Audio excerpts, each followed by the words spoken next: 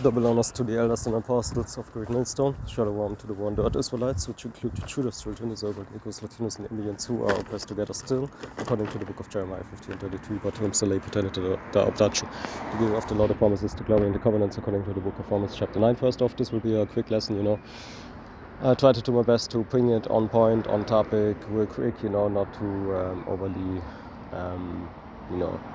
stress you or so with long time video, So basically, okay, this lesson is called Seek Not Death, man. Okay, Wisdom of Solomon 1 and 12 to start with: seek not death in the era of your life, and pull not upon yourselves destruction with works of your own hands. Okay, for example, sinning on the Sabbath. Okay, for example, brothers told me, be not so hard to yourself if you're new to this truth, right? And you have a double Sabbath, for example. Okay, you are new and you know that you have to prepare yourself food and drink for 2 days in a row, man. Okay, because otherwise you will have to work and stuff, but you will have nothing to eat, and even to drink in some cases, man. Okay, because you don't drink the tap water.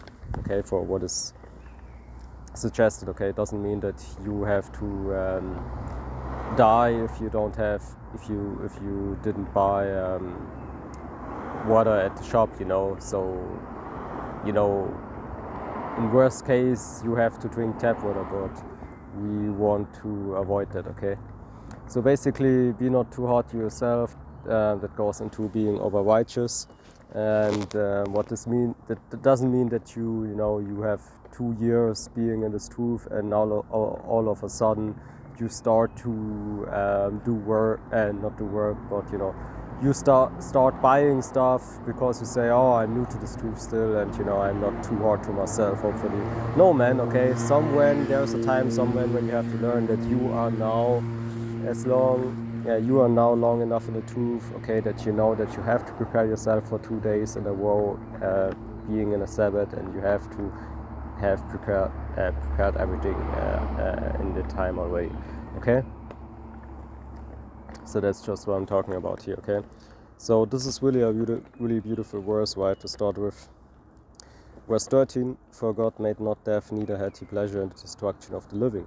Okay, for he created all things that they might have their being, and the generations of the world were helpful, and there is no poison of destruction in them, nor the kingdom of death upon the earth, for righteousness is immortal. Okay, see, because you may think, and we all think that, okay, we have a tendency to think that our life is basically messed up because we know that there's something better coming, and that keeps your mind basically on the move.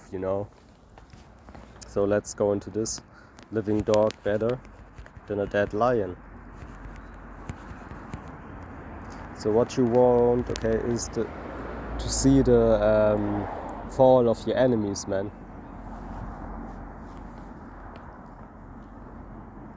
Ecclesiastes 9 and 4. Okay, because we in the time. For to him that is joined to all the living, there is hope. For a living dog is better than a dead lion, right? The brothers and sisters that isolate themselves, and things like that are not good, right?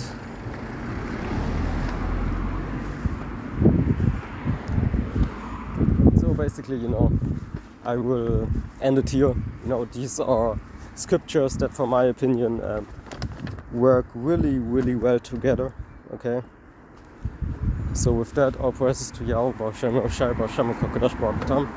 Shalom, Shalom, Shalom, and double honors to the elders and apostles of Great Millstone.